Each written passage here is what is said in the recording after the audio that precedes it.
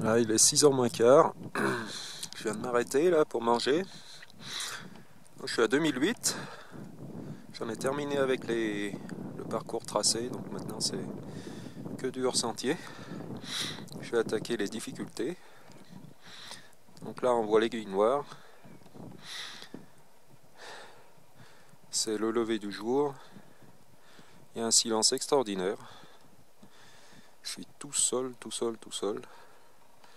Là, on voit le secteur de l'Albaron. Toute la crête frontalière. Le roc de Mulinet. Et la clarté du jour à l'est, là. Sur la Livana.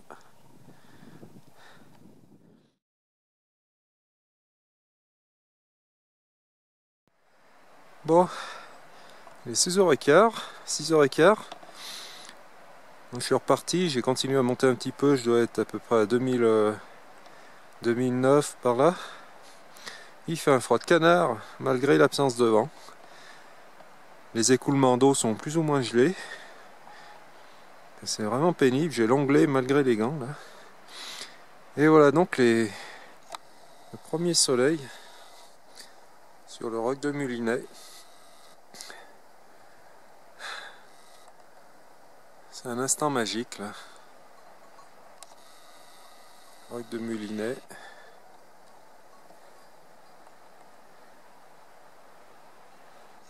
Là, on a la grande Chiamarella.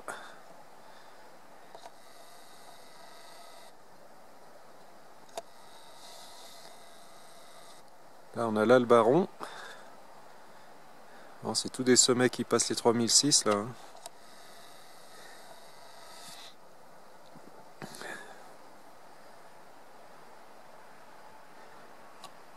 Là on a l'aiguille noire qui se colore aussi.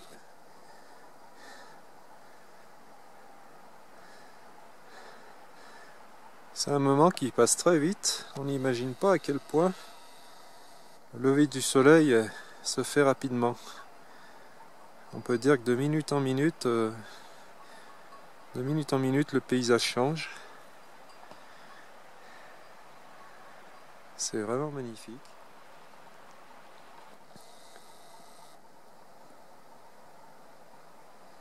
Les couleurs, un orange assez violent.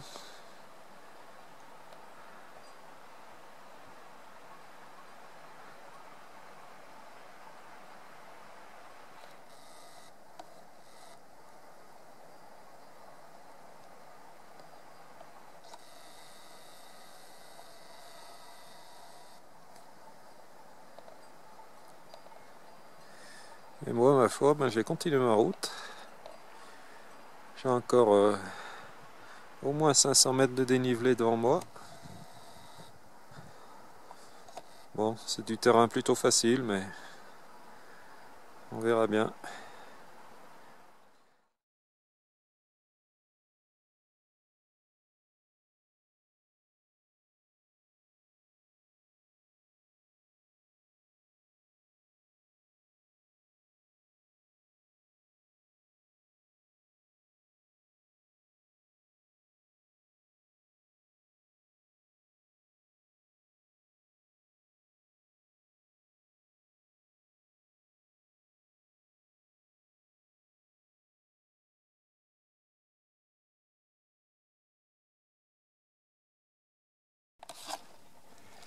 Voilà, il est 7h30 et je viens de passer le fameux névé. Donc en fait, il n'y a pas posé de problème parce que, évidemment, la neige est totalement gelée. Mais il y a une couche de gros sel par-dessus qui tient bien, sur lequel on peut faire des marches et les crampons. De toute façon, les semelles de chaussures tiennent très bien dessus. Et donc ça a posé aucun problème, d'autant plus que la sortie finale, là on le voit bien, il y a une espèce de petite rigole pleine de cailloux prise par la glace et ça tient comme sur des éboulis, donc il n'y a aucun problème. Pour la descente, la neige aura dégelé, donc pas de souci. Et voilà ce qu'il me reste à faire. Donc le sommet, on ne le voit plus. Et là, il me reste, voilà, Sorey-Dillon pour atteindre le col. Et ensuite, c'est la crête qui pose en principe aucun problème. J'ai un petit doute là-haut parce que sur le col, parce qu'il me semble avoir aperçu une corniche. Mais enfin, on verra bien. À mon avis, il n'y aura pas de souci.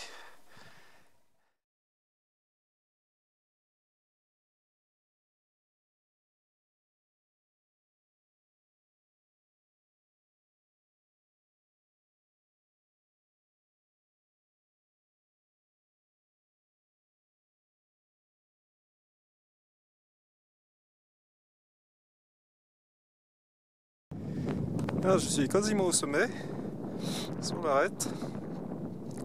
Et on a une belle vue sur le col où j'étais tout à l'heure.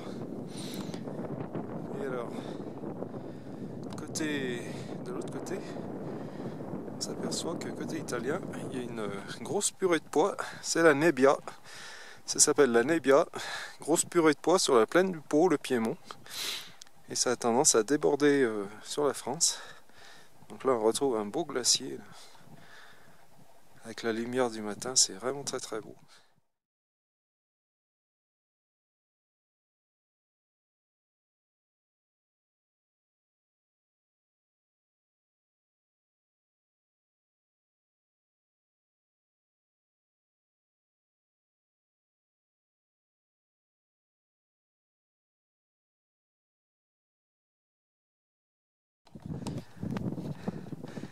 Et me voilà au sommet, donc de la Grande Aiguille Rousse, 3482 mètres.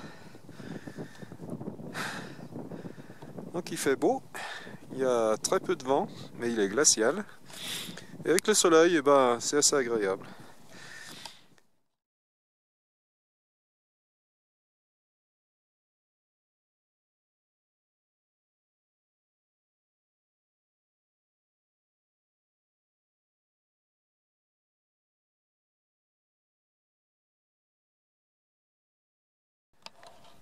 Voilà, j'ai fait un petit bout de crête pour me dégager un peu du sommet et avoir la vue sur le refuge du Carreau avec ces deux lacs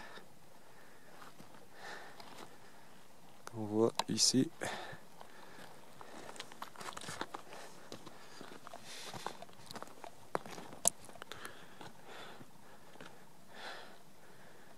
Voilà.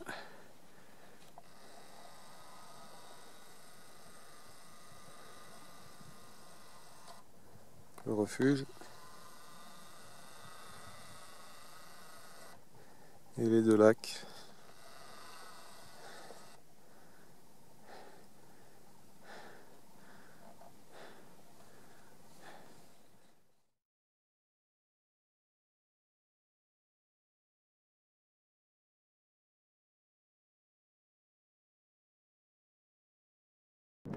Là, il est 9h, je commence à redescendre.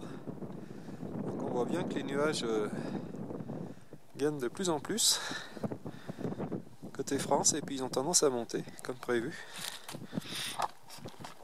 Donc là, il y a je jette un dernier coup d'œil sur le glacier des sources de l'Isère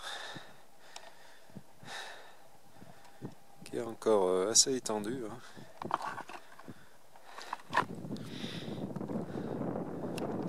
Belle rimée là, bien difficile à passer. Allez, je fais un dernier petit tour d'horizon pour le plaisir.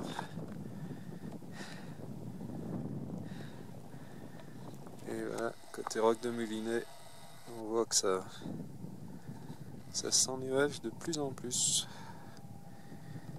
Allez, ciao le sommet.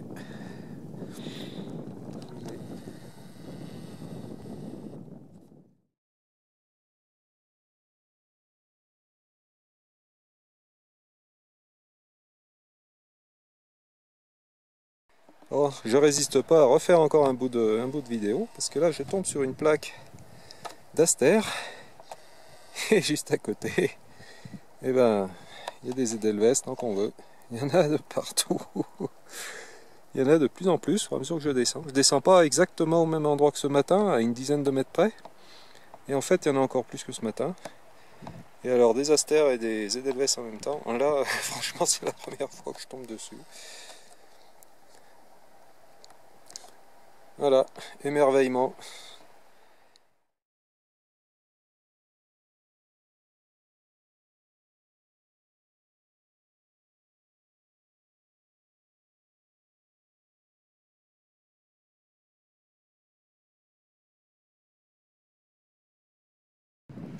Bon, il est 10h05. Je suis arrivé sur mon aire de repos pour manger mon repas de midi. C'est un peu tôt, mais j'ai très faim. Le dernier casse-croûte de pâte d'amande, c'était à 6h du matin. Donc là, je crève la dalle. C'est sympa ici. Il fait bien meilleur qu'en haut, évidemment. Alors là, il y a un phénomène curieux. La Nebbia, bien évidemment, est en train de gagner la France. Là, on le voit bien. Le roc de Moulinet a disparu. Et alors, on voit bien aussi que l'air est de moins en moins transparent dans ces zones-là. Ça devient brumeux, crasseux. C'est évident.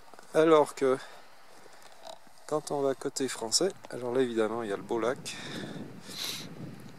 Et quand on va côté français, on se rend compte que l'air est très pur. Voilà. Pourtant, c'est pas plus loin, les montagnes sont pas plus loin, mais...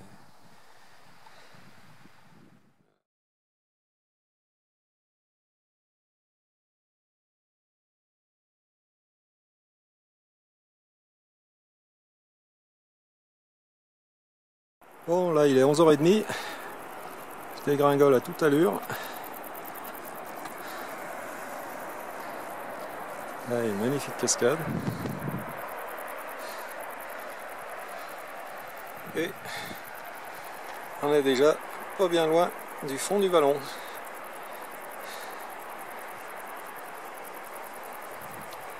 Et je continue.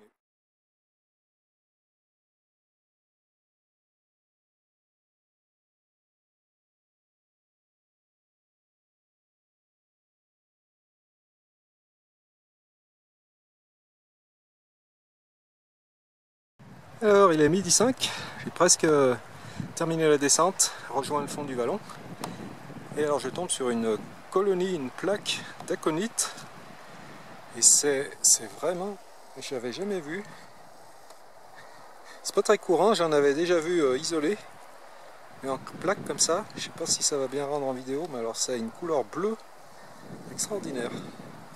C'est un bleu sombre. C'est vraiment très beau.